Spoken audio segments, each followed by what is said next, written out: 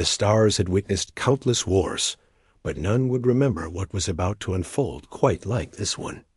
In the velvet darkness of space, where silence reigns eternal and death comes wrapped in beautiful light, two civilizations were about to collide.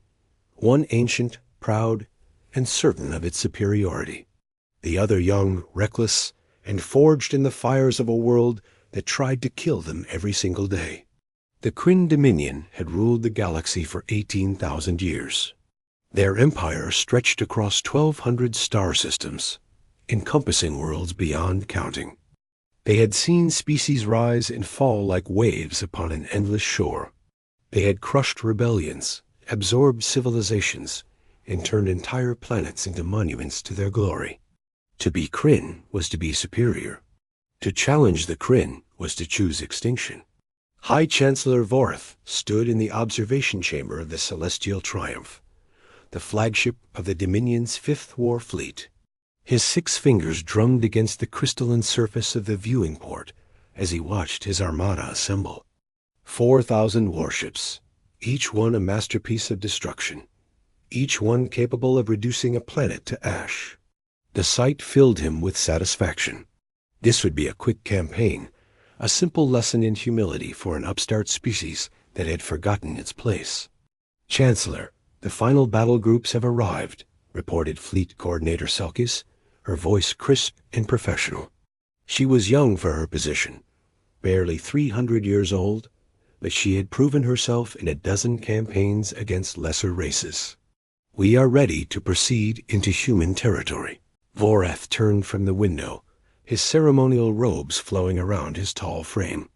The Kryn were an elegant species, standing nearly 8 feet tall with luminous skin that shifted colors based on their emotional state. Right now, Voreth's skin glowed a confident amber. "Excellent.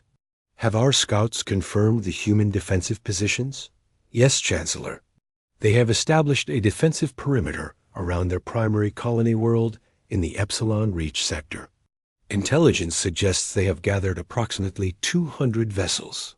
Selkis paused, her skin flickering with amusement. 200 ships against our 4,000.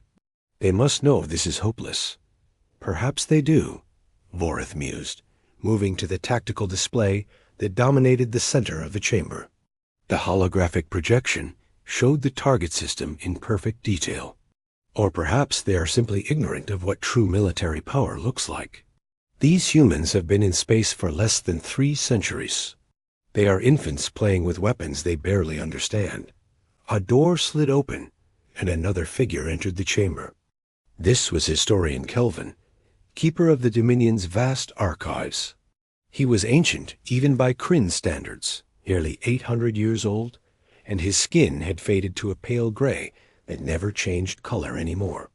He moved slowly, deliberately, like someone carrying a great weight. "Chancellor Voreth."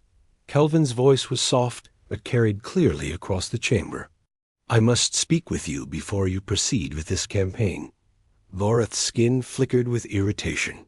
"Historian, I am preparing for battle. Your timing is poor." "My timing is necessary," Kelvin replied, approaching the tactical display. He studied the representation of human space with eyes that had seen empires rise and fall. "I have been reviewing our archives regarding the humans.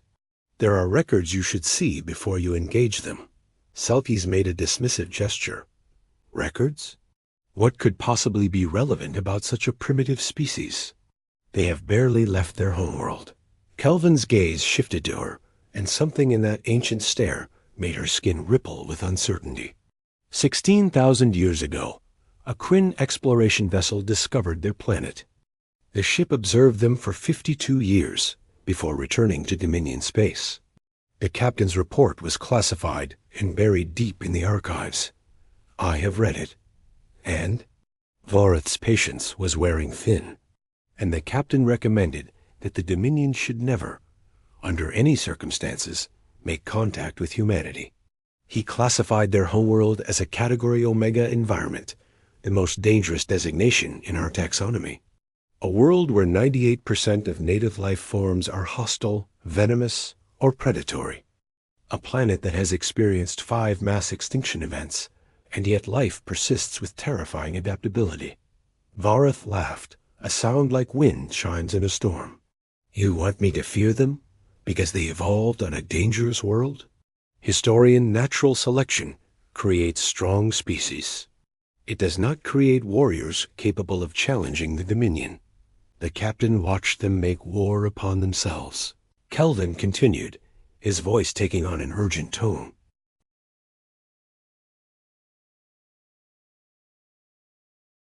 They fought with stones, then bronze, then iron, then chemical explosives, then atomic weapons.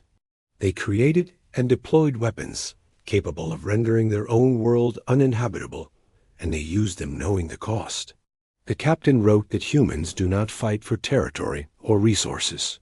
They fight because something in their very nature compels them to test themselves against any challenge, including each other. Selkie stepped forward, her skin now showing patterns of annoyance. Ancient history, historian. Those were primitives. The humans we face today are civilized. They have laws, governments, diplomatic protocols. They are not the savages from your dusty records. Are they not? Kelvin activated a secondary display, showing recent intelligence gathered on human culture. Look at their entertainment. Stories of war, conflict, survival.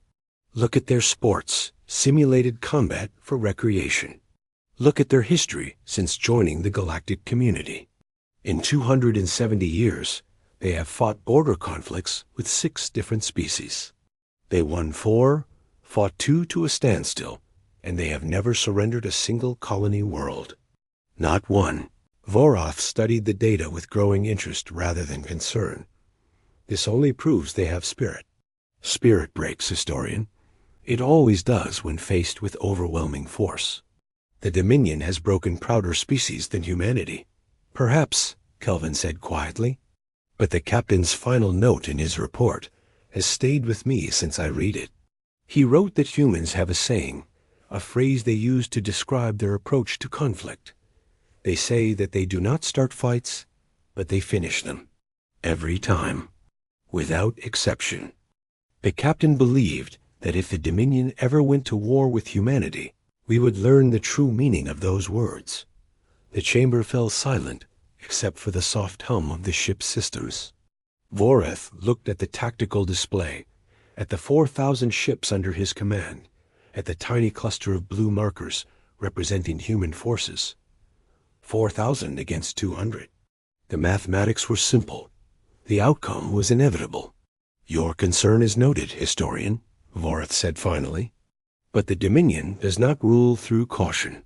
We rule through strength. These humans occupy 17 systems that were marked for Dominion expansion. They ignored our diplomatic requests to withdraw. They suggested that if we wanted those systems, we should have taken them sooner. That insult cannot stand. They baited you, Kelvin said softly. They wanted this confrontation. Then they shall have it, Vorath declared, his skin blazing bright orange with determination. Fleet Coordinator Selkies, give the order. All ships proceed to human space. Maximum military formation. I want them to see what they have challenged. I want their last sight to be the full might of the Kryn Dominion, descending upon them like the wrath of ancient gods. Yes, Chancellor. Selkies moved to execute the orders, her skin rippling with anticipation. Kelvin bowed slightly and turned to leave. As he reached the door, he paused and looked back at Vorath. Chancellor, I hope I am wrong. I hope this is as simple as you believe. But if the ancient captain was correct, if humans truly are what he described, then we may be about to learn a terrible lesson. We may discover that there are some species in this galaxy that should never be awakened to war. The door closed behind him, leaving Vorath alone with Selkies and the tactical display. Outside the viewing port, 4,000 warships began moving into formation, their hulls gleaming in the starlight. It was beautiful. It was terrifying. It was the power that had maintained the Kryn Dominion for 18 millennia. Vorath pushed the historian's warnings from his mind. Ancient reports from paranoid explorers had no place in modern warfare. The humans would see this fleet, recognize their position was hopeless, and surrender. If they chose to fight, they would be destroyed quickly and efficiently. Either way, by this time tomorrow, those 17 systems would belong to the Dominion, and the humans would understand their place in the galactic order. The fleet jumped to faster-than-light speed, leaving Kryn space behind. They were heading toward the Epsilon Reach sector, toward 200 human ships, toward a confrontation that Vorath believed would be over before it truly began. What Vorath did not know, what he could not know, was that those 200 ships were crewed by descendants of a species that had climbed to the top of the food chain on the most hostile planet in known space. A species that had survived ice ages, plagues, predators, and most dangerously, each other. A species that had looked at the atom itself and found a way to make it into a weapon. A species that had reached for the stars, not because it was easy, but because nothing about their existence had ever been easy, and they had learned to thrive in hardship. The Kryn Dominion was about to receive a lesson in what it meant to fight something that refused to quit, refused to surrender, and absolutely refused to lose. Thanks for watching, and if you enjoyed this story, be sure to hit that like button and subscribe for more. We'll see you in the next one. 3 hours before the Kryn fleet arrived. Long-range sensors picked up the massive energy signatures of 4,000 warships dropping out of faster-than-light travel at the edge of the Epsilon Reach system. On the bridge of the UHNS Defiant, Captain Rebecca Torres watched the sensor data scroll across her displays and felt her heart rate slow to that familiar combat calm she had learned years ago. Well, they certainly brought enough friends to the party, remarked Lieutenant James O'Coy from the tactical station, his fingers dancing across his console as he fed targeting data to the rest of the fleet. 4,000 ships. That's got to be some kind of record. Torres smiled, though her eyes never left the main view screen. They want to impress us, Lieutenant. They want us to see all that firepower and wet ourselves in fear. Standard Imperial intimidation tactics. Is it working, Captain? Asked Ensign Patricia Reeves from Communications, her voice steady despite the pale cast to her features. Not even a little bit, Torres replied. She touched the fleet-wide communication channel. All ships, this is Torres. I'm sure you've all seen our visitors. 4,000 Kryn warships, probably their best and brightest, come to teach us a lesson about respecting our betters. They think 200 ships against 4,000 means this is already over. They think we're going to run or surrender or beg for mercy. She paused, letting the silence stretch across 200 vessels, across tens of thousands of crew members who had volunteered for this duty, knowing exactly what it would mean. They don't know us very well, do they? The communication channels erupted with responses. Laughter, mostly. Some creative cursing. One ship's crew started singing an old military cadence that was completely inappropriate for official channels. Torres let it go on for a few seconds before continuing. Here's what's going to happen. They're going to cruise in here with their fancy formations and their overwhelming numbers. They're going to offer us surrender terms that sound generous, but are really just them taking everything we've built out here. And when we tell them no, they're going to be genuinely shocked. Offended, even. How dare these primitive humans refuse the benevolent Dominion? More laughter rippled through the fleet channels. Torres felt the tension easing, being replaced by something harder, sharper. This was what made human crews dangerous. They could find humor in the darkest moments, could laugh in the face of impossible odds. It was not bravado or false courage. It was the simple acknowledgement that if you were going to die anyway, you might as well enjoy the ride.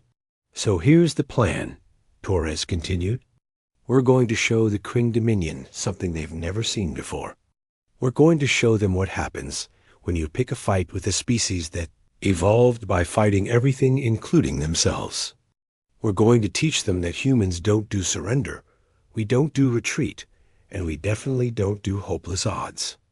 We do winning, even when the math says we can't. Especially when the math says we can't. Captain, Okoye called out, the Kryn fleet is moving into attack formation. They're taking their time about it, making it look pretty. I think they're still trying to intimidate us. Torres checked her own tactical display. The Kryn ships were arranging themselves in a classical hammer formation, a massive wall of firepower designed to crush any opposition through sheer, overwhelming force. It was the formation of an empire that had never known defeat, that had never needed to be creative or adaptive, because raw power had always been enough. All ships assume pattern Theta 7, Torres ordered. Let's see how they react to something they haven't seen before. The human fleet shifted. Instead of forming defensive lines or retreating to fortified positions, the 200 ships scattered like seeds in the wind. They moved in seemingly random directions, breaking into small clusters of 3 or 4 vessels. To the Kryn, it must have looked like panic, like a fleet coming apart at the seams. On the Celestial Triumph, Fleet Coordinator Selkis watched the human ships scatter with satisfaction. Chancellor, they're breaking formation. Whatever discipline they had is collapsing under the sight of our fleet. Vorath studied the display with narrowed eyes. Something felt wrong.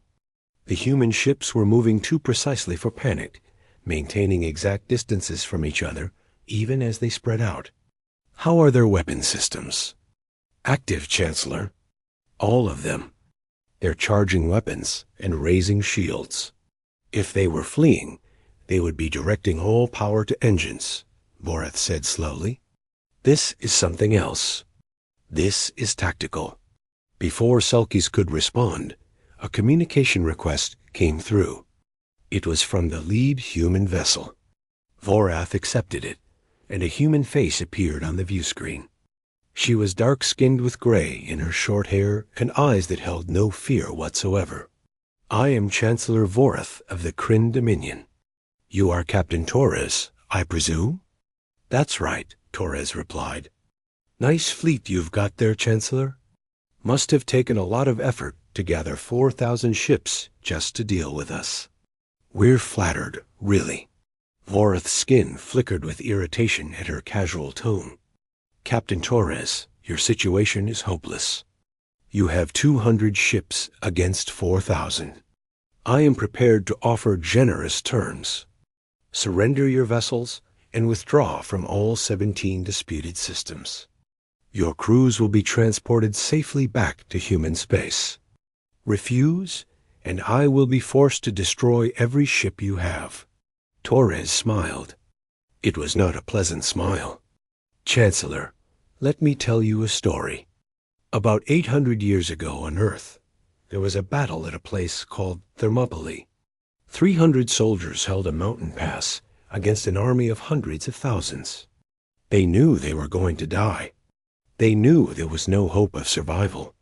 And they fought anyway, because some things matter more than living. Do you know what they told the enemy when asked to surrender their weapons? Vorath said nothing, though his skin was beginning to shift toward orange. They said, "Come and take them," Torres continued. Same message we're giving you now, Chancellor. You want these systems? You want our ships?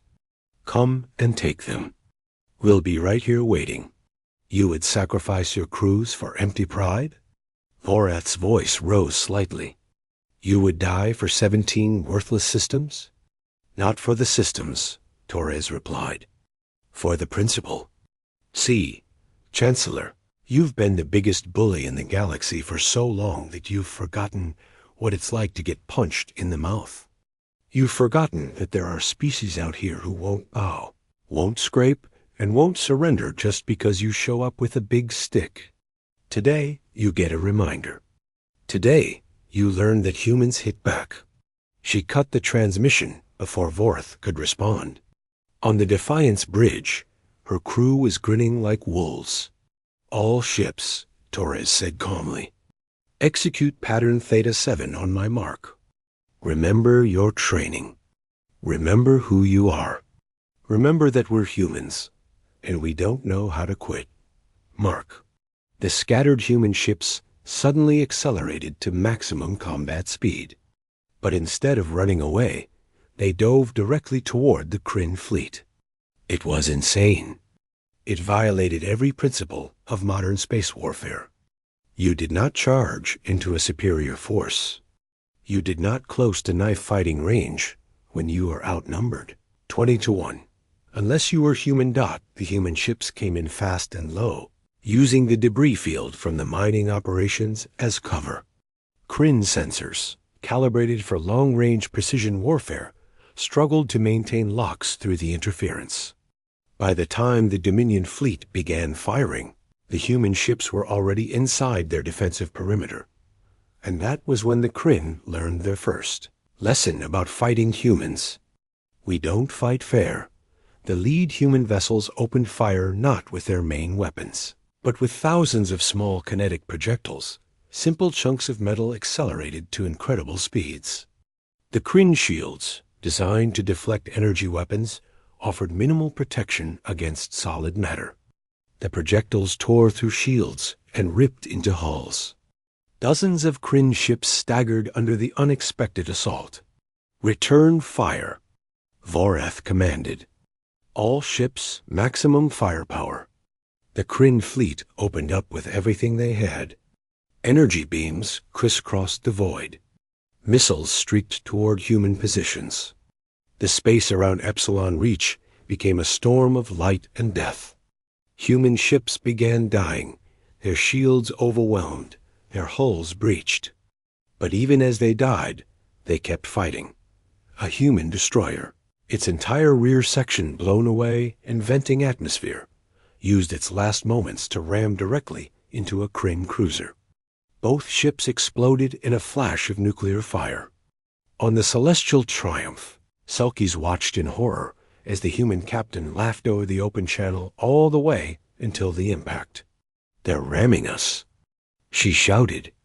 "They're using their ships as weapons." More human vessels followed suit. If their weapons were destroyed, they rammed. If their engines were crippled, they detonated their reactor cores when Kryn ships came close. If they were boarded, the human crews fought with whatever they had, turning corridors into slaughterhouses.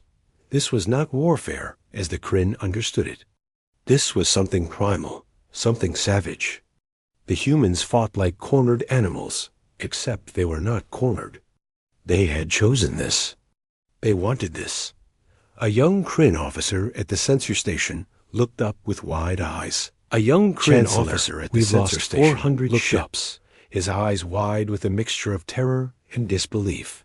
He stammered, "Chancellor, we've lost 400 ships." The words hung in the air, a cold, heavy weight on the bridge of the Kryn flagship. Chancellor Voreth turned slowly, his voice a low growl of incredulity. 400? Are you certain?" He couldn't process it. How could they, the mighty Kryn Empire, lose 400 capital ships in a single engagement? It was unthinkable. How many human ships remain? He demanded, his gaze fixed on the young officer. The officer swallowed hard, his skin paling. 93, Chancellor. But they're still attacking.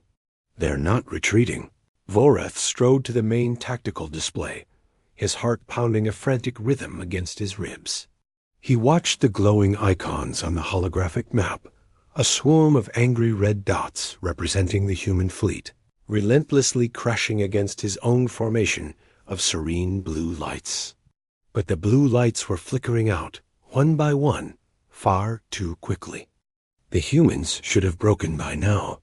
Any rational, civilized species would have surrendered or fled in the face of such overwhelming odds. Their fleet was decimated, their losses catastrophic. Logic dictated retreat. Survival dictated surrender. But the humans defied logic. The human ships kept coming, kept fighting, kept dying. Their weapons blazed with a fury that felt personal. Their crews reportedly singing songs that echoed across the cones, ancient battle hymns from a past steeped in conflict. It wasn't a battle. It was a crusade. Then, something happened that shattered Vorith's understanding of warfare. A human frigate, crippled and adrift, its power systems dead, its weapon ports silent, suddenly lit up the void. It wasn't an explosion. It was a launch. The ship fired its entire complement of life pods. For a fleeting moment, Vorith thought it was a mass evacuation, a final act of self-preservation. He was wrong. These were not evacuations. The pods had been modified, jury-rigged into something monstrous. They were packed with explosives, crude but devastatingly effective missiles. They streaked across the black, unguided and unpredictable, and slammed into 3 of his destroyers. The explosions ripped through hulls never designed to withstand such desperate, suicidal tactics. The ships convulsed, their internal structures collapsing as secondary explosions tore them apart from the inside. Beside him, Advisor Selkies whispered, her voice trembling, her skin pale with shock. Historian Kelvin was right, she breathed. They don't fight like civilized beings. They fight like demons from the old tailies. Vorith's own skin had shifted to a deep, dark red, a physiological reaction the Kryn only exhibited under the most extreme stress. His fleet of 4,000 ships was winning, technically. The casualty reports confirmed it. The humans were dying. But the cost was astronomical. They were taking so many Kryn with them, fighting with a ferocity and a terrifying creativity that turned what should have been a simple, clean execution into a brutal, grinding bloodbath. This wasn't a war of strategy or technology. It was a war of will. And the human will to resist, to inflict pain, to die for a cause, seemed bottomless. Vorith stared at the display, a cold dread creeping into his soul. He had miscalculated. He had underestimated not their technology, but their spirit.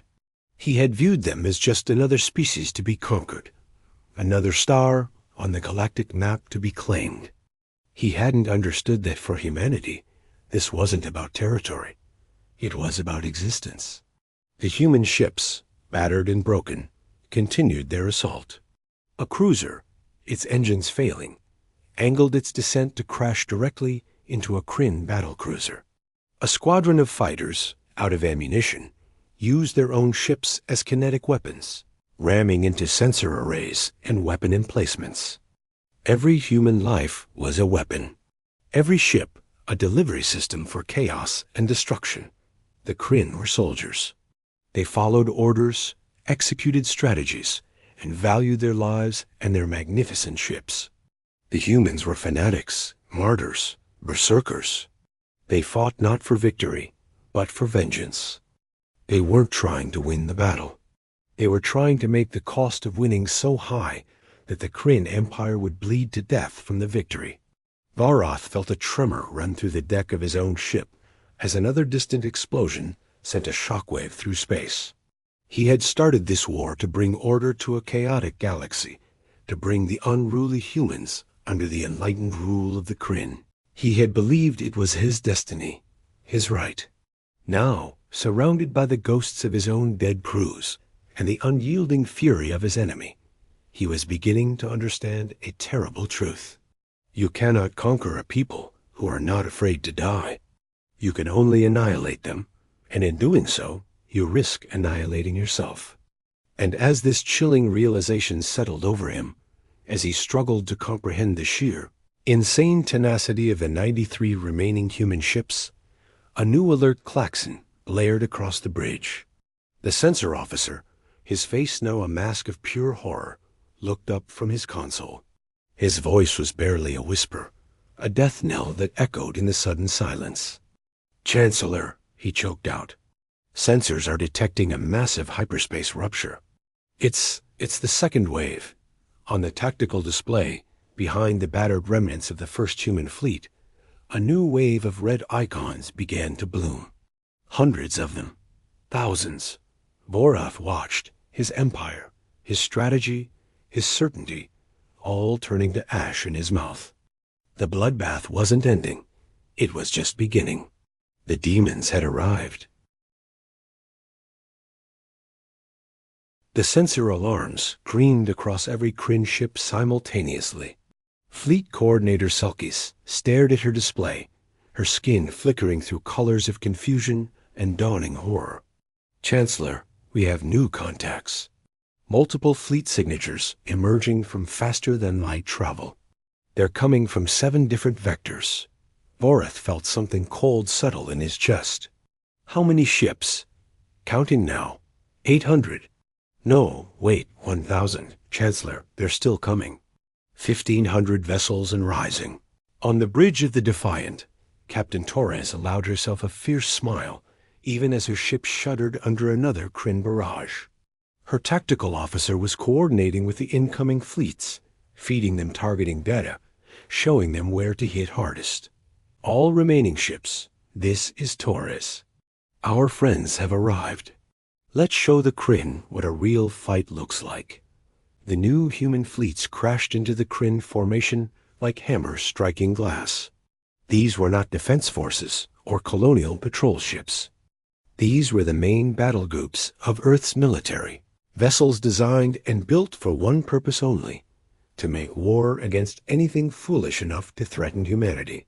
They came from Earth, from Mars, from the Jupiter colonies, from distant outposts that had received the call and answered without hesitation. The Kryn had superior numbers. They had better technology. Their ships were more advanced, their weapons more powerful, their shields stronger. On paper, they should have still won. But the humans had something the Kryn had forgotten existed. They had the absolute refusal to accept defeat, even when defeat was logical, rational, and inevitable. A human battleship, designated the Unconquered, rammed through 3 Kryn destroyers, its reinforced bow tearing through their hulls like tissue paper. The ship's captain, a grizzled veteran named Robert Huang, broadcast on all channels as he did it. This is for the mining colony on Proxima 4, you bastards. His ship exploded moments later, taking 2 more Kryn vessels with it. The battle became chaos. Human ships darted through the Kryn formations like sharks, attacking weak points, overwhelming isolated vessels, using tactics that seemed random but were brutally effective. They fought dirty, using every trick they had ever learned in centuries of human conflict. They set traps with disabled ships that still had functional reactors. They hacked into Kryn communication systems and broadcast false orders. They even used electromagnetic pulses that damaged their own ships, but devastated the more sophisticated Kryn systems. On the Celestial Triumph, Voreth watched his perfect formation dissolve into a brawl. This was not how civilized warfare worked. There were supposed to be rules, protocols, established tactics. The humans ignored all of it. They fought like every battle was personal, like every ship they lost was a blood debt that had to be repaid tenfold. A communication came through from one of his battle group commanders. Chancellor, we cannot maintain formation. The humans are everywhere. They're inside our defensive perimeter. They're targeting our command ships. They're coordinating attacks in ways our tactical computers cannot predict. How many ships have we lost? Voreth's voice was hollow. 1,200 and climbing. We're still inflicting heavy casualties, but Chancellor, they don't care. They keep coming. Even their damaged ships keep fighting until they're completely destroyed. Voreth looked at Selkis. Her skin had gone completely white, a Kryn reaction to profound shock. Recommendations, Fleet Coordinator? She could barely speak. Chancellor, we should withdraw. Regroup. This is not the fight we expected. We need to reassess our strategy. The Kryn Dominion does not retreat, Voreth said, but his voice lacked conviction. For 18,000 years, his people had conquered through overwhelming force. They had never needed to adapt, never needed to think tactically beyond simple numerical superiority. Now, facing an enemy that refused to follow any predictable pattern, his training failed him. A human voice suddenly came over the Kryn fleet-wide channel. It was Captain Torres again. Her ship somehow still functioning despite being held together by what looked like willpower and emergency patches. Chancellor Vorath, I'm guessing this isn't going the way you planned. See, you made a mistake. You thought we were just another species to be conquered. You thought numbers were all that mattered. You forgot to ask the important question. What question? Vorath found himself responding despite himself. You forgot to ask what happens when you pick a fight with a species that has been fighting since before it could walk. We didn't conquer Earth, Chancellor. Earth tried to kill us every single day, and we survived anyway. We didn't become the dominant species on our planet through strength or speed or venom. We did it through being too stubborn to quit and too creative to be stopped. Every predator on our world learned to fear us. Every disease, every disaster, every challenge, we beat them all. And you know what? We got bored fighting just nature, so we started fighting each other. For thousands of years, we perfected the art of war against the only opponent that could match us, ourselves. Vorath watched another dozen of his ships die. The humans had lost more, far more, but they kept coming. What do you want, Captain Torres? What will make you stop? Stop? Torres laughed, and the sound was genuinely amused. Chancellor, we haven't even gotten started. You came here to take our systems. You threatened our people. You thought you could intimidate us into submission. Now you get to learn what humans do to bullies. We don't run. We don't hide. We stand up, we clench our fists, and we hit back harder than you hit us. Every single time. Another wave of human ships emerged from faster-than-light travel.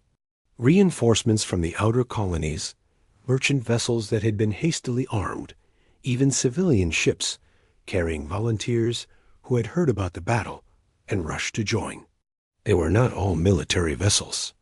Some were cargo haulers with missile pods welded to their hulls. Some were mining ships with industrial lasers repurposed as weapons. But they all came ready to fight. An elderly woman's voice came over the channels from one of the civilian ships. This is Captain Margaret O'Brien of the freighter Indomitable Spirit. I'm 73 years old.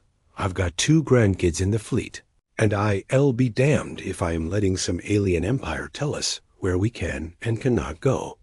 Targeting coordinates received. Engaging the enemy. Her freighter, built to carry cargo and nothing else, accelerated toward a Kryn battleship. She was not fast enough to ram, not powerful enough to damage it significantly. But she had a hold full of refined metals and a reactor that could be overloaded. The explosion when she hit was spectacular, and it took the battleship with her. All across the battlefield, similar stories played out. A young lieutenant who had been in space for only 6 months coordinated a 3-ship attack that destroyed a Kryn carrier. A maintenance engineer on a damaged destroyer managed to repair weapon systems using parts that should not have worked together, allowing his ship to rejoin the fight. A communications officer whose ship had lost all weapons talked 3 Kryn vessels into shooting each other by hacking their targeting systems and feeding them false data. The humans were not winning through superior firepower or better technology. They were winning through sheer bloody-minded determination and a willingness to try anything, no matter how crazy it seemed. They turned their weaknesses into weapons. They used the Kryn's own tactics against them. They adapted faster than any species the Dominion had ever fought. Selkies pulled up casualty reports with shaking hands. Chancellor, we've lost 2,000 ships. Our fleet cohesion is at 30%. Multiple battle groups are requesting permission to retreat. Vorath stared at the tactical display. His 4,000 ships were down to 2,000. The humans had started with 200, gained reinforcements, but they had still lost more ships than the Kryn. By all logical measures, the Dominion was still winning. But winning had never felt like this. Winning was not supposed to hurt this much. "Sir," said a young sensor technician, his skin pale, "I'm picking up another transmission. It's not from the human fleet." It's from Earth itself. The view screen flickered and changed. A new human appeared, an older man in a formal military uniform, covered in medals and decorations that spoke of decades of service. His hair was white, his face lined with age, but his eyes were sharp and hard. "I am Admiral Richard Thornton, Supreme Commander of the United Human Naval Forces. Chancellor Vorath, your fleet is currently engaged with our defense forces at Epsilon Reach. I'm contacting you to inform you that what you're fighting right now is not our military. Those are volunteers, colonists, people who chose to stand between you and their homes. Our actual military are trained soldiers, our purpose-built warships. They're still waiting in reserve." Vorath felt his skin go cold. "You're lying. Am I? Check your sensors, Chancellor. You should be detecting approximately 5,000 human warships holding position at various points around Earth and our core systems. We've been ready for this fight since the moment you started making demands. We wanted to give you a chance to reconsider. We wanted to see if you would back down when faced with real resistance. Clearly, you didn't. The sensor data confirmed it. 5,000 ships, all broadcasting military identification codes, all heavily armed, all waiting. The humans had held back their main force, let their civilians and defense forces bleed the Kryn fleet, and kept their real military power in reserve." Admiral Thornton continued. "You came here thinking you were fighting farmers and miners. Surprise, you were right. And they've been handing you your defeat anyway. Now imagine what happens when you face soldiers who train for war every single day of their lives. Imagine facing crews who have studied every battle the Kryn Dominion has ever fought. Imagine going up against a species that has been preparing for this exact scenario since we first met your empire. This is impossible," Vorath whispered. "Thanks for watching. If you enjoyed this story, hit that like button and subscribe for more amazing tales from across the galaxy. See you in the next one."